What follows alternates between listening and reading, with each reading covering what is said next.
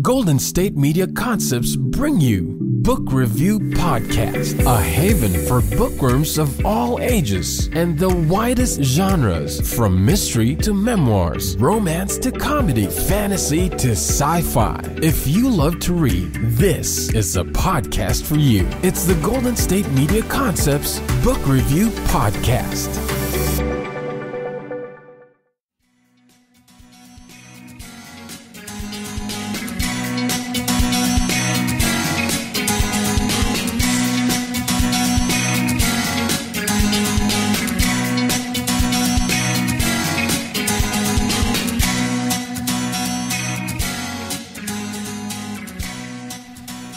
Hello and welcome to the GSMC Book Review Podcast, brought to you by the GSMC Podcast Network. I am your host, Sarah. Welcome to a Friday episode. It is December 23rd. It is my grandmother's birthday, my grandma Sylvia. I made a Facebook post today and I said that her name was Sylvia Constance, which I thought as a kid was the coolest and oldest sounding name that I had ever heard. I still really like it. Sylvia Constance, I think it's a little old-fashioned, yes, but I think it's a very pretty name. Anyway, today would have been her 105th birthday. She was born in 1917, and so for me, this day is always the beginning of Christmas. And maybe I've told this story before. Depends on if there's been an episode that's fallen on this date. But we always spent Christmas with my grandparents, about 2.5 hours north of my hometown, very close to the Canadian border, where my mom grew up. There was always a ton of snow. And since Grandma's birthday was on the 23rd, that's when we would go up. We would celebrate her birthday. The 24th was Christmas Eve, of course, and then we, did the whole presents and all that good stuff on Christmas Day. We were a Christmas Day opening present family, church on Christmas Eve, and presents on Christmas morning, but it always started on the 23rd, and we would have dinner, and my mom and her sister, if she was there, would make my grandma an angel food cake, because she didn't really like sweets, but she liked angel food cake with whipped cream and strawberries, but she would feed the rest of us to within an inch of our lives. I love that woman. And so there was always fudge and divinity and lefse, homemade lefse. She would make that every year, and cookies. And I know I'm forgetting some things, but there was always a ton of sweets. And I'm pretty sure I get my love of baking and Christmas baking from her. I don't get my love of sweets from her because she didn't love them, but I think I get them from Christmas at her house. So happy birthday to my grandmother. I miss her dearly. She died in 2010, actually just 2 months before I met my husband, so they never got to meet. But I miss her, and I do wish that they had gotten to meet, but it's a good day.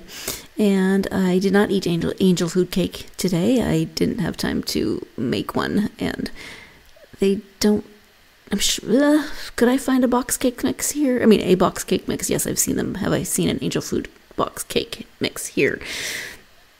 I don't know. I don't believe so. Anyway, that's my day. I hope your day is going well. I hope that you have something fun planned for this weekend, even if you do not celebrate Christmas. Hope you still have a good weekend coming up. At any rate, let's talk about books, a specific book in this case. As I mentioned at the end of the last episode, my guest today is author David Ellis. We are talking about his novel, Look Closer. It is suspense, it's psychological, it's got a lot of twists and turns, and he's going to give you a description of it, but let me read you the description from the book, and that is as follows. Simon and Vicky couldn't seem more normal. A wealthy Chicago couple, he a respected law professor, she an advocate for domestic violence victims. A stable, if unexciting, marriage. But one thing's for sure, absolutely nothing is what it seems. The pair are far from normal, and one of them just may be a killer. When the body of a beautiful socialite is found hanging in a mansion in a nearby suburb, Simon and Vicky's secrets begin to unravel. A secret whirlwind affair, a $20 million trust fund about to come due, a decades-long grudge and obsession with revenge. These are just a few of the lies that make up the complex web, and they will have devastating consequences. And while both Vicky and Simon are liars, just who exactly is conning who? Part Gone Girl, part Strangers on a Train, Look Closer is a wild roller coaster of a read that will have you questioning everything you think you know. And that is true, and we're going to talk more about that when David is talking about the book. As I was reading through that, I was just thinking, you know what? I may have to go back and reread this or get it on audiobook and listen to it so that I can listen to it or read it knowing what I now know that of course I can't tell you because I know how it ends. But I want to go back and listen and see if I can catch all the twists and turns on a second read through or listen through. So that's my plan. But this is definitely full of twists, full of turns, full of lies, and you never quite know what direction you're going when the next chapter starts. So let's go ahead and turn now to the interview. Again, the book is called Look Closer. The author is David Ellis. Hi, David. Welcome to the podcast. Hi, Sarah. Thank you for having me. Excited to be here. Thank you for being here. I'm excited to talk about your novel, Look Closer. But before we get to that, if you wouldn't mind sharing a little bit about yourself, that would be wonderful. Sure. My name is Dave Ellis, David Ellis, if you read my books. I live outside Chicago with my wife and 3 kids. I am a judge right now on the Illinois Appellate Court, which means that I don't have trials before me. I hear the appeals. I get the criminal and civil appeals out of basically Chicago. So you can imagine there's some pretty interesting cases coming out of Chicago and a lot of crime. I've been a lawyer for 30 years. I've been a writer for pretty close to that same amount of time. And, Look Closer, I kind of think of as a new start for me, but in truth, it's about my 22nd book. I've written something like 10 of my own, and I've written around 12 co-writing with James Patterson. So I've been very blessed. I'm blessed I'm still in this business. I love what I do. What can I say? I'm a lucky guy. Yeah, that's amazing. I did see the that you write with James Patterson when I was on your website, and I sometimes wonder if that man ever sleeps. He's always playing, and that's what he says. He was at kind of the height of the advertising world in New York. He was like the top creative guy for the top ad agency in New York. And he left that probably 26, 27 years ago. And he says he hasn't worked a day since. He considers this to all just be fun. And that's how I try to think of it too. Yeah, absolutely. That's wonderful. Yeah. Well, the book, as you said, is Look Closer. Can you give an overview of the story? It's funny because I've read so many reviews, both professional reviews and reviews on, Instagram, Goodreads, Amazon. And so many of them say, go in blind, because if we try to tell you a synopsis too much, most of it's not going to end up being true. So I will do my best, but I can't promise you that everything I'm going to say will ultimately end up being true. In fact, I can guarantee you at least one thing I say to you is not going to be entirely true. The story basically follows a married couple named Simon and Vicky. At bottom, it's a murder mystery. There's a woman murdered on page 1 of the book. She's found dead. And she is part of what, rather than a love triangle, I would probably call it a love rectangle. Simon and Vicky are married. They very much like each other. Whether they're in love with each other remains to be seen. Simon is about to inherit a trust fund of $21 million, which will kick in after he's been married for 10 years, which is about to happen in the book. He's about to hit his 10th wedding anniversary with Vicky. Vicky has her eyes on that money. Vicky has a lover who also is very good at investing money. Simon has a woman from his past with whom he was very much smitten, re-enter his life. And between the 4 of them, it's very difficult for the reader, I think, to know whom to trust, what their motives are, who is conning whom. But it's a story. There's a couple murders in the story, but mostly, I think, to me, it's a psychological thriller, and it's just a book of misdirection. I try to keep you guessing. I have yet to meet a reader yet who has figured out everything that's going to happen. I was smiling while you were giving the description because I'm like, yeah, that's accurate and also not accurate. Yeah, right. No, some of the things I just said were lies, right, Sarah? I mean, what can I say? I don't know if I can only tell the truth. It's a very, very short synopsis, and nobody will want to read it. Yeah, so it's kind of the literary equivalent of three truths and a lie. Maybe not three truths and one lie, but you know what I mean. Yeah, but more like one truth and three lies. But you're exactly right. You hit it on the head. And this is a tough one because, you know, I have questions and we'll talk about the book, but we both have to be careful that we're not giving things away because we want people to read it for themselves and experience all of the twists and turns. It's very hard to spoil, but I think I've managed to figure out how to do it. Okay. Well, I trust you, and I will be as generic as possible. Yeah, sure. I will let you be the judge of whether or not we manage to keep the spoilers at bay, but first we're going to take a break. When we come back, David will be talking about his inspiration for this particular novel, so stay tuned. You're listening to the GSMC Book Review Podcast, and I will be right back.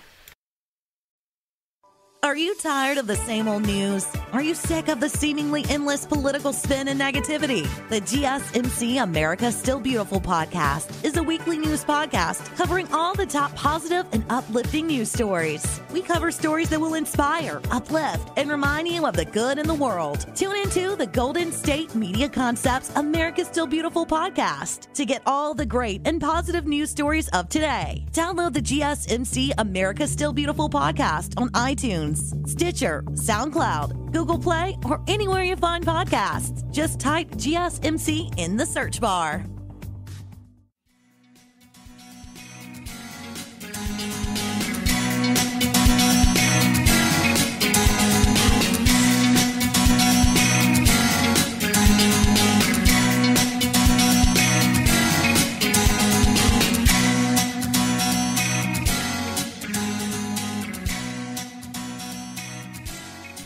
Welcome back to the GSMC Book Review Podcast. I am speaking today with author David Ellis about his novel, Look Closer. Let's go ahead and return to the interview.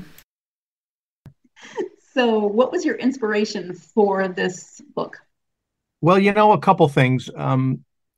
I started writing a little bit before the year 2000, and I think I published my first book, Line of Vision, in 2000. I took about 3 years to write it.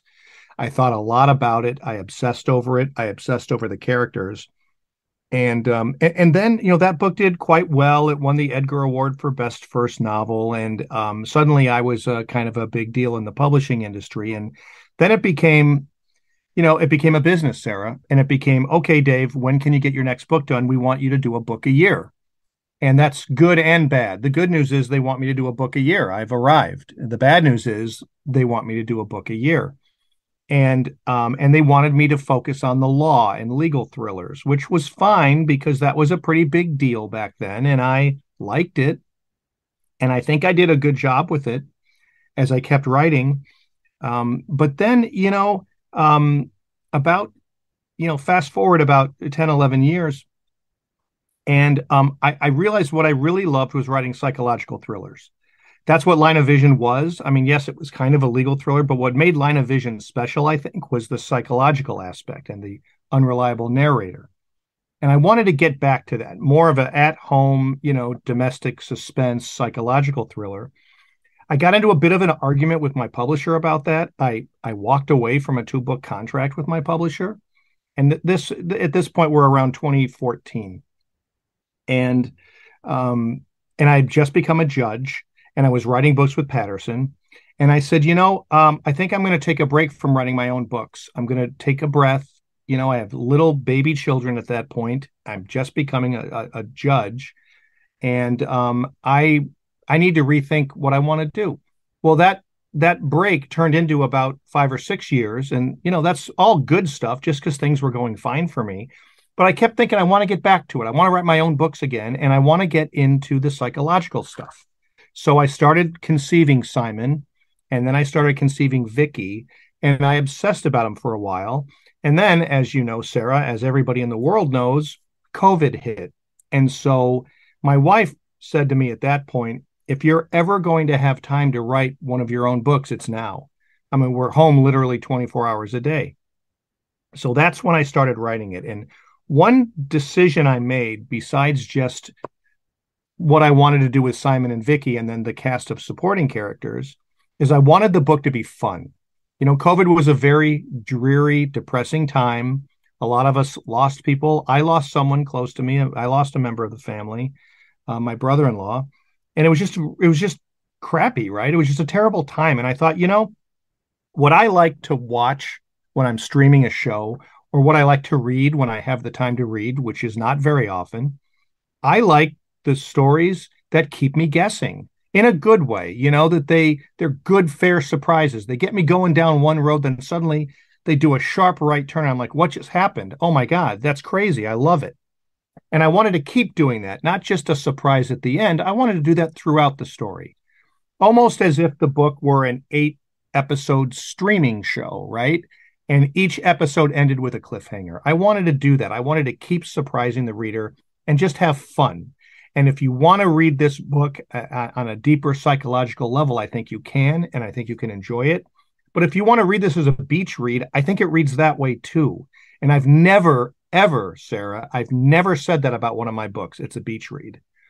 But in fact, I always bristled when people would say that. I always thought there was a little more to it. But I kind of embrace it now. I kind of thought, why not? I mean, you can read this on one level and just try to guess what's going to happen. And hopefully you'll be wrong most of the time. And say, wow, that was really fun. And so fun was my big word. And I had fun writing it with that in mind. And from what I can tell, people find that it's fun to read. Well, and you mentioned at the beginning that that James Patterson said he wants to be having fun, and that's what you wanted to do as well. So it was good that you took this opportunity to go in that direction. Yeah, I think that if you're not having fun, if you're not invested, the reader won't be. I mean, you could do your best with a book, and inevitably you might get a reader who says, yeah, I'm not into it. But I can guarantee you, if you, the writer, are not into it, the reader's not going to be. So I have to be very excited about my books, and I have to be very interested in what they're going to do. I have to be fully invested. And so that's kind of the deal I've made with myself. It's the deal I made with Look Closer. It's a deal I made with the book I'm finishing now, which is I'm going to be totally into this or I don't want to do it. Mm-hmm. Yeah. In terms of Simon and Vicky, and you tell the story from mainly their perspectives, they're complicated. So, yes. and you never quite know who you can trust. So what about them as characters do you think will resonate with readers, make them keep reading?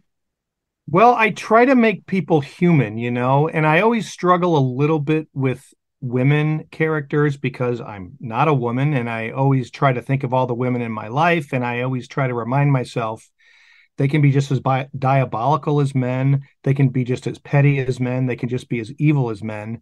In my personal experience, the women in my life, my mother, my sister, my wife, my coworkers, are not any of those things. And so I have to remind myself women can be the full range of character as well. And I just thought, there's a lot in this book about maybe justice would be a word, but certainly revenge, payback, people remembering the ways they were wronged and doing something about it. And I think that's universal. I mean, the longer I live, the more universal all these traits are. We all have friends in our normal, boring lives who turn out to be completely something different than they were. Something happens to them or they do something and they reveal something about themselves you never would have guessed. Maybe it's a bad thing. Maybe it's a good thing. And I thought, we all have this stuff inside of us, I guess, and like Simon, he obviously has a lot of quirks to him. He thinks about language all the time, but he also thinks about the bully who bullied him in high school. And he thinks about different ways he was wronged, and he gets a bit obsessed with it. And I have a little bit of that in myself. I have what people would call Irish Alzheimer's, which is I only remember the grudges. I remember grudges I have from grade school. I don't do anything about it. I don't let it eat me away, but I remember them. I can remember people who dissed me when I was in third grade. It just sticks with me. And I thought that's an interesting trait that I think most people can relate to. And even if they don't personally act that way, they probably know someone who does. And so, the more I do this, the more I think, I can dig out just about any kind of emotion, and people will find something in that to relate to themselves or their lives. All right, thank you. And when you start writing a book, it sounds like you thought a lot about Simon and Vicky before you started writing. Is that the way you normally do your character development, or do you like to have characters develop as you write, or is it a combination thereof? Well, that's a great question, and my answer has changed over time. I hate to keep going back to my first book, but the reason I do is because Look Closer reminds me so much of Line of Vision in every way. Number one, when I was writing Line of Vision, I had no agent, I had no publisher waiting for my manuscript, and so it was just a work of a labor of love.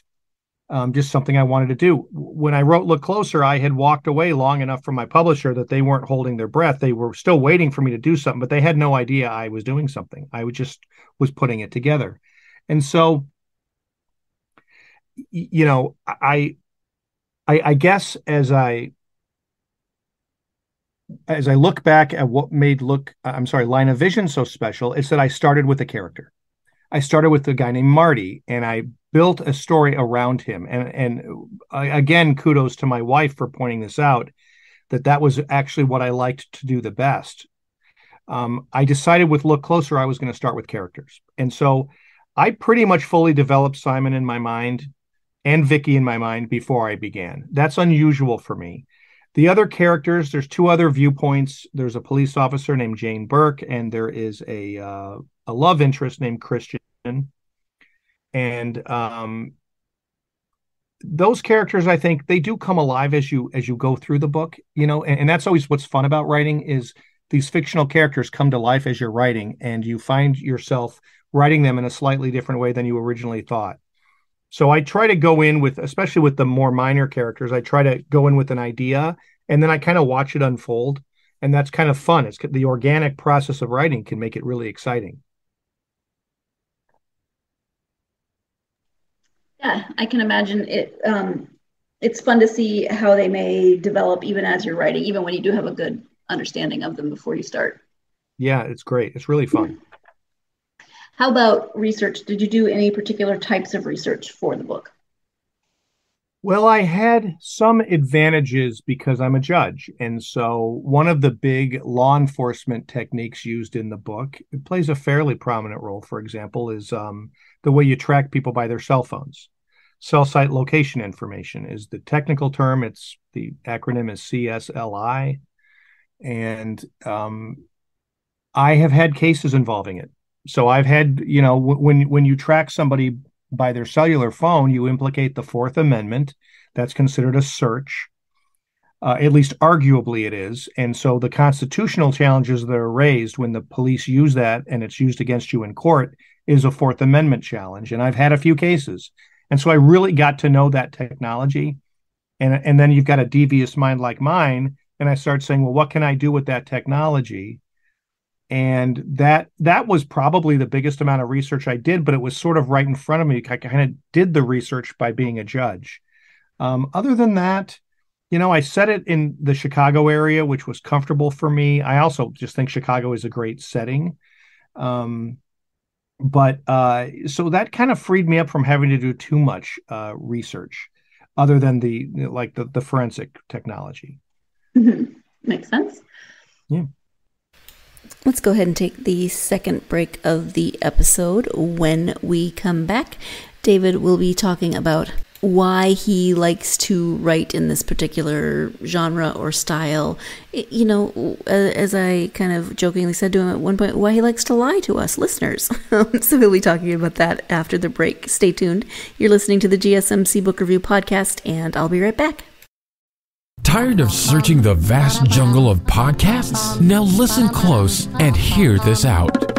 There's a podcast network that covers just about everything that you've been searching. Hey! The Golden State Media Concepts Podcast Network is here. Nothing less than a podcast bliss with endless hours of podcast coverage. From news, sports, music, fashion, cooking, entertainment, fantasy, football, and so much more. So stop lurking around and go straight out to the Golden State Media Concepts Podcast Network. Guaranteed to fill that podcast itch. Whatever it may be. Visit us at www.gsmcpodcast.com. Follow us on Facebook and Twitter, and download us on iTunes, SoundCloud, and Google Play.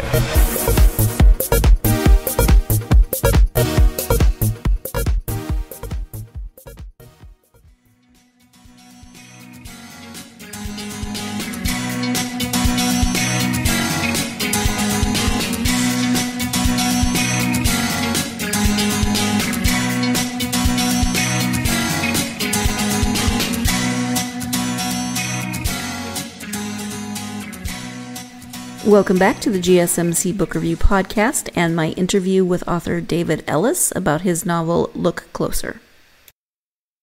You've touched on this a little bit, but what is it about suspense, psychological thriller, this genre that draws you to write within it? Well, most of all, it's what I want to read and what I want to watch. I mean, if you looked at the algorithms on me from Netflix and Amazon Prime and Hulu and all those, they know that I like that kind of stuff. I like twisted characters. I like tortured characters. I like deviousness. I like con artists. I like the misdirection. There is something about me that I can't pinpoint, because I swear, Sarah, I'm a pretty nice guy in person. And I frankly feel like I lead a fairly vanilla life. I mean, I've got 3 children. I'm a working father, a loving husband. I've just got a nice, wonderful family, and they're going along. They get good grades in school. Like we're not rule breakers, we're not. But I think I'm drawn to rule breakers, probably because it's so different than me. I've always been like that. I was like that in high school. In high school, I was a rule follower. I was on the homecoming court. I was a varsity football player. I was a straight A student. I did all the right things, I guess you would say. But I was always interested in the people who didn't, and the people who didn't follow the rules or didn't care what you thought about them. There seemed like there was a freedom in that, or some kind of a liberation in that. And I've always been drawn to characters who are not afraid to push the boundaries and who are not afraid to go to the extremes of their emotions and do things like the ultimate extreme, commit murder. For some reason, probably because it's the antithesis of me, that's kind of my walk on the wild side. Yeah, it's kind of a safe way to explore something that's the opposite of maybe of your own personality. Yeah, absolutely. Yeah. You mentioned that you are working on another book right now. What can you tell listeners about that? So, I run into the same problem, which is that I'm probably not going to be able to tell you the truth in my synopsis, but I can tell you this much. It's going to be a lot like Look Closer, in the sense that I'm going to try to move the ground on you every 30 pages. And it's going to be fast paced. It's going to be fun.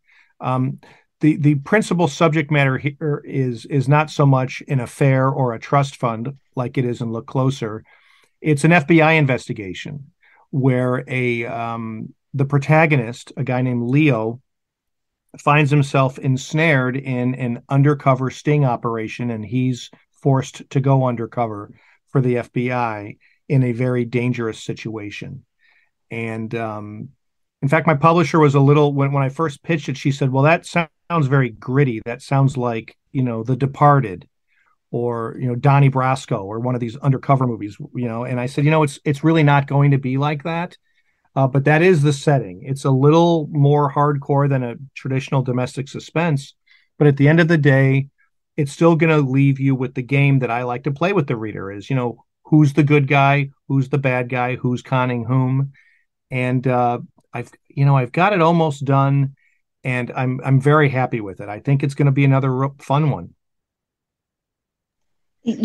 For a judge and a man who has practiced and studied law, you definitely lie a lot. I know. I think that's what I find interesting, is people who are not like me. I mean, I'm not. One talent I seem to have, and I don't know how I acquired it, is the ability to be deceptive. And sometimes, that takes a lot of work in a book. It takes a lot of, you'll read it in one setting and be like, wow, he tricked me. It may have taken me a long time to come up with that trick, but I do seem to be pretty good at fairly deceiving you. I say fairly because, it's got to be fair. It was there for you to catch, but you missed it. And that means I have to do a very good job of cloaking it. I don't know where I got that from. I swear, if you knew my family, they're the most open and honest people you'd ever meet. There's nothing devious about them. My wife couldn't be more opposite of devious. She's honest to a fault. But for some reason, I've developed that over the years, and it's my most fun thing to do in fiction. Are you a plotter or a pantser or a combination thereof? Like, how do you keep track of all the twists and turns so that it makes sense for the reader when they read through it? Yeah, good question. I'm probably a combination. When I write with Jim Patterson, he's an outliner. He outlines the entire book before we start it, scene by scene, chapter by chapter. I can't do that. I just don't have the ability to think up all the twists while I'm outlining, while it's an abstract to me. I can think up some.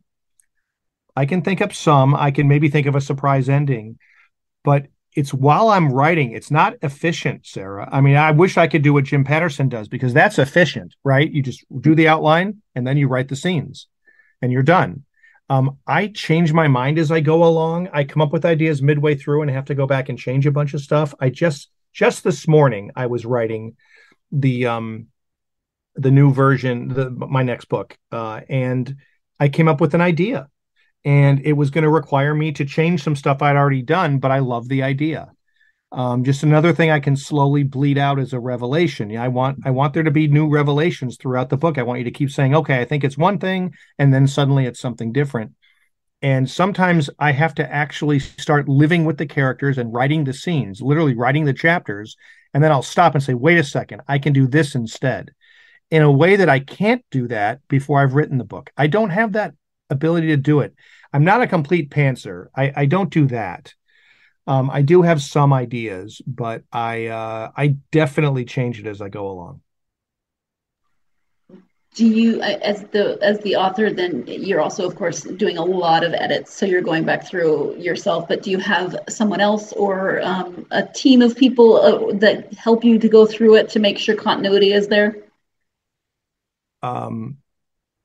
No, I don't. Until I'm done. I'll only give one caveat with look closer. I did send a few pages to my agent and gave those pages to my wife. Those are two people I trust very much. Susanna Einstein is my agent, and my wife Susan. They are invaluable when I use them. I'm usually just in too much of a hurry to wait for them to read it because I'm moving so fast. And I wish I did that more. I recommend that to writers. Have a buddy, have a workshop that can. I guarantee you, when you do that, they will tell you things about your book that you did not see.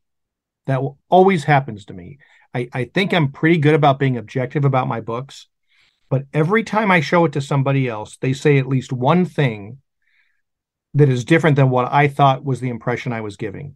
And I won't say they're right or they're wrong, because there is no right or wrong when you're the reader, right? You're the reader. You read it the way you read it, and I have to know that.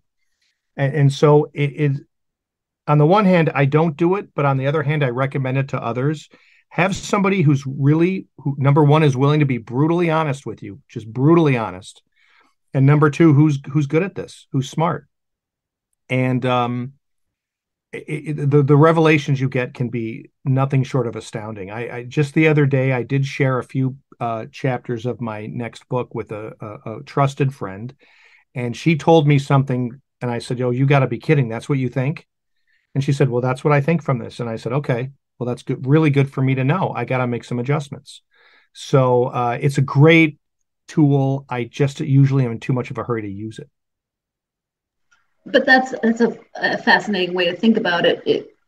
The way people in this case, read what you write or potentially hear what you say. If you're speaking in a public setting, you might think you're being very clear about something, and then later someone will come up to you and say, "Wow, I really appreciated what you said about XYZ." And I would think when this was part of my life, I don't think I said that.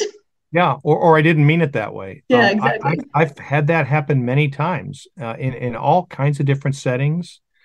Um, in judicial opinions I write, I'll get, sometimes lawyers will say, "Oh, you wrote such and such case. I love this part." And I'll be like, "Okay, that's not quite what I meant there. I hope I was clear."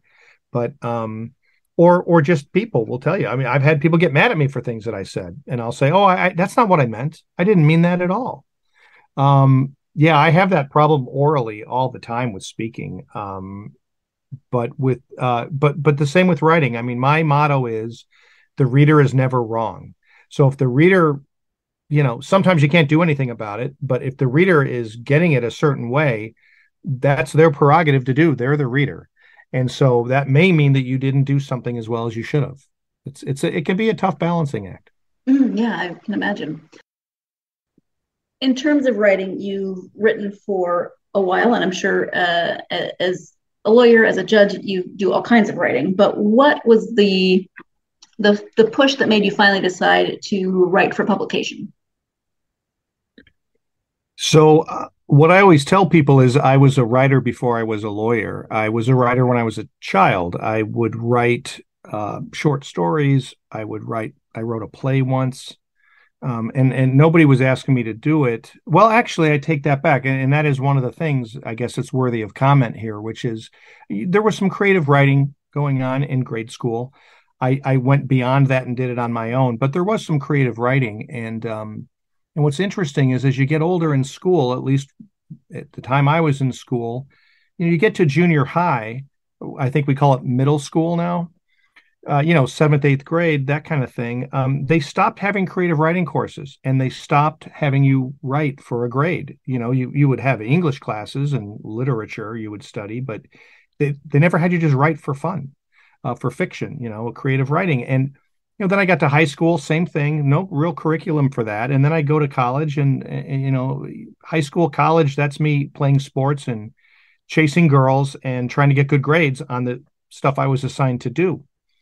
And then, of course, law school comes and you don't have time for anything in law school but to get as good a grades as you can and maybe work a little on the side. And, suddenly, about 2 years into being a lawyer in the mid-90s, I had one of those moments where I'd been working like a dog at my legal job and I was taking a vacation. I think we've all had a moment like this, Sarah. Had my toes in the sand, watching the sunset in a beautiful tropical place, thinking about my life. And I said, you used to love writing. You did it for fun. And why did you stop? And I didn't have a good reason. And so I made a deal with myself when I was a little bit tipsy in Florida on that beach, watching the sun go down, that I was going to write a story. I was going to write a book. And I wasn't just going to think about it. I wasn't just going to put together a few chapters and give up. I was actually going to see it all the way through. If it took me 9 months, if it took me 3 years, I was going to do it. And so I decided to do it. I had some characters in mind that had been playing around in my head, one in particular named Marty, and this all became line of vision. And I set aside, I wasn't going to quit my day job, right? I was practicing at a law firm in downtown Chicago, working 80 hours a week. And I said, I'm going to take an hour every night and I'm going to write. And it became something I looked forward to every night. To get that 1 hour in of writing, it became my little vacation every day. And I wrote for probably a good 2 years.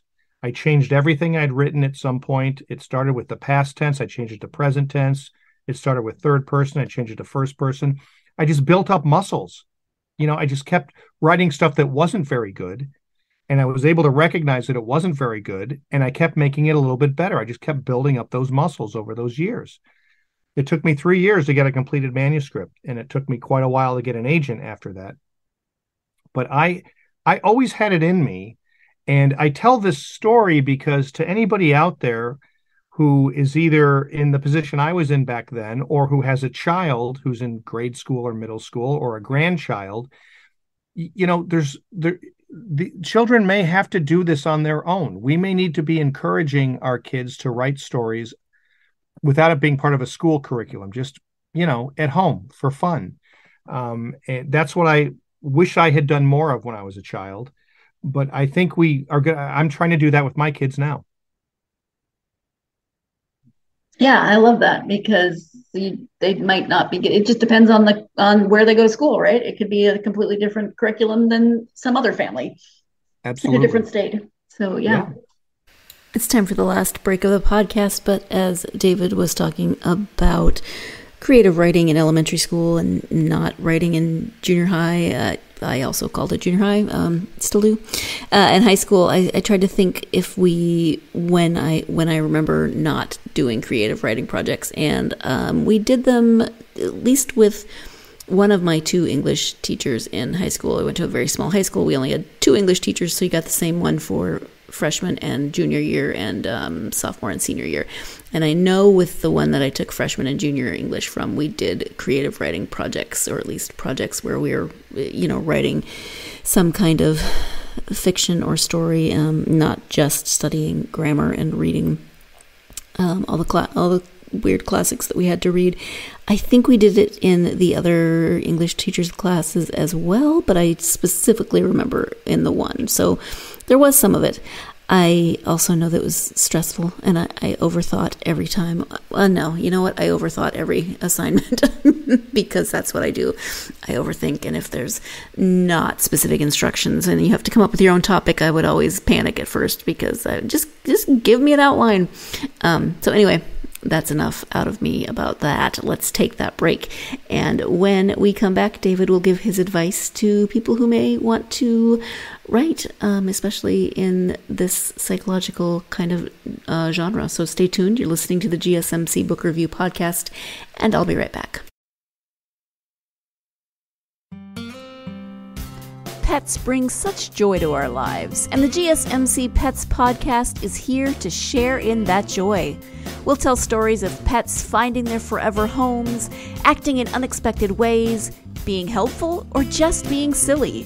Whether you love dogs, cats, llamas, reptiles, fish, or you've never met an animal you didn't like, the GSMC Pets Podcast is for you.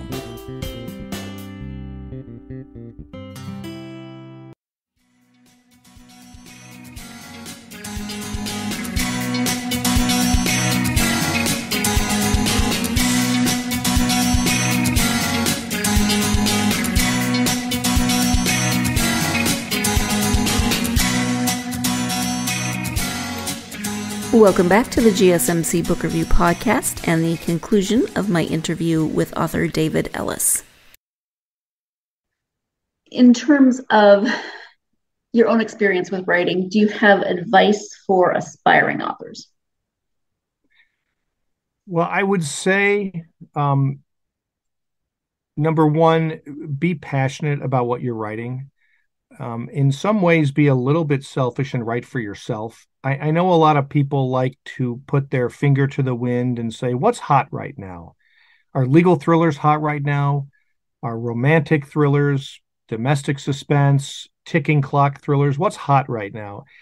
To me, you should follow your passion because that passion will bleed through. You should write what you want to write about because that enthusiasm and passion will show to the reader. It will come off the page, I promise you. If you're writing something just because you think it's the genre you'll be popular in, it's not going to be as good. I can just about guarantee that. And the second piece of advice I would give is be brave when you're writing. Dig deep into emotions, dig deep into setting, embrace those things, and just spit it out on the page. Just knowing that whatever you write, until you show it to somebody, it's just you. So if you think I'm not going to write this well, just write it anyways. Write it as best you can and then look at it and edit it. Some of the best scenes I've ever written in my life in books were scenes where I followed this little trick where I forget about a computer, just get a pen or a pencil and a piece of paper and promise yourself, I'm not going to worry about punctuation. I'm not going to sit there and hem and haw over just the perfect word to use. Just write it. Just describe a scene. So in Line of Vision, I had a scene where a man is carrying a dead body from a house through woods. Okay, so I said, okay, write that scene. And all the rules I just said, which is there are no rules. Don't worry about anything, punctuation, anything. And I just put my pencil down and I wrote a whole scene. And I thought, okay, I'll go back later and I'll put in better words if the words weren't the right words. And Sarah, I swear to God, I did not change a single word. I put it verbatim into the book that way because it was all just pouring out of me honestly. I wasn't letting the thing between my ears called your brain. I wasn't letting my brain get in the way. I wasn't letting my insecurities get in the way. I wasn't letting my worries or, my perfectionism get in the way. I was just spitting it out. I was just feeling it and writing it as I was feeling it. The branches smacking you in the face, the uncertain ground beneath you, the cold whipping through your shirt, I just did it without thinking. And it ended up being some of the best stuff I've ever written. So do things like that. Whatever you need to do to dig deep, to make people really feel like they're in that scene, that's good writing to me. I was chuckling to myself when you were talking about don't just do what you think is popular or hot right now. For instance, a thriller having to do with the law or something along those lines. And I'm thinking, man, if I were to write that, I would have to start from ground zero. I know nothing about being a lawyer or having a main character who is a lawyer or what have you. And I just don't think it would be fun at that point because I would have to research every single tiny thing. That's 100% right. 100% agree. Yeah. So, you mentioned earlier that you don't always have a lot of time to read for yourself, but who are your favorite authors when you do have that time? So my favorite authors are Tana French, who is an Irish writer who writes, for the most part, she sets her books in Ireland and she writes about the Irish murder. I'm sorry. Yeah.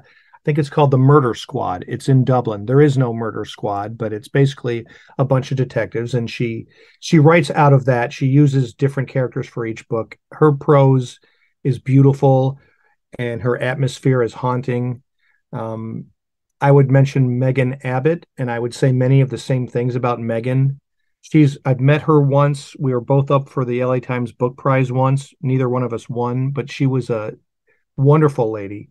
And she is just an extraordinary writer. And boy, she can paint a picture of a scene and make you feel you're in it. And of course, her plots are wonderful too. It's not just literary stuff. She's got the whole kit and caboodle. I really like Ruth Ware, who is a more recent author, although she's not that recent. She's written probably 5 or 6 books, and I think most people know Ruth Ware.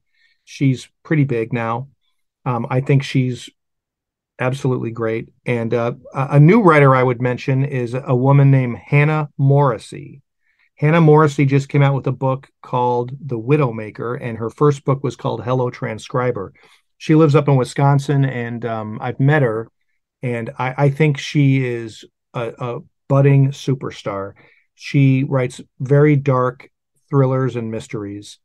Which is right up my alley, and she has an incredible gift. So those are usually the 4 that I'm going to always be looking for their next book. Thank you. I know you have a website, so mention your website as well as any place on social media that people can find you. Yeah, thanks. The website is my name, davidellis.com. I'm pretty active on Instagram, which is, I think, David Ellis Author with underscores between those names, David Ellis Author. Facebook and Twitter as well. If you look up David Ellis, you'll find me. It's Instagram in particular has been quite a trip because I'm fairly new to it, but the book world on Instagram is absolutely crazy. These are wonderful people who are just nuts about books. And, as somebody who also is like that, I feel like I found a home with these bookstagrammers. They are amazing people.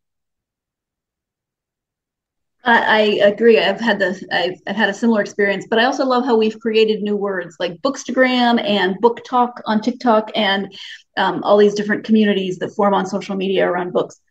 I know, it's amazing. It's great. It's the best thing about social media. There's a lot not so great. Yes. That's what's great. But there are pockets of wonderful. Yes, pockets of wonderful. I like that. David, we've talked about a variety of different things, but is there anything that we haven't covered that you would like to highlight?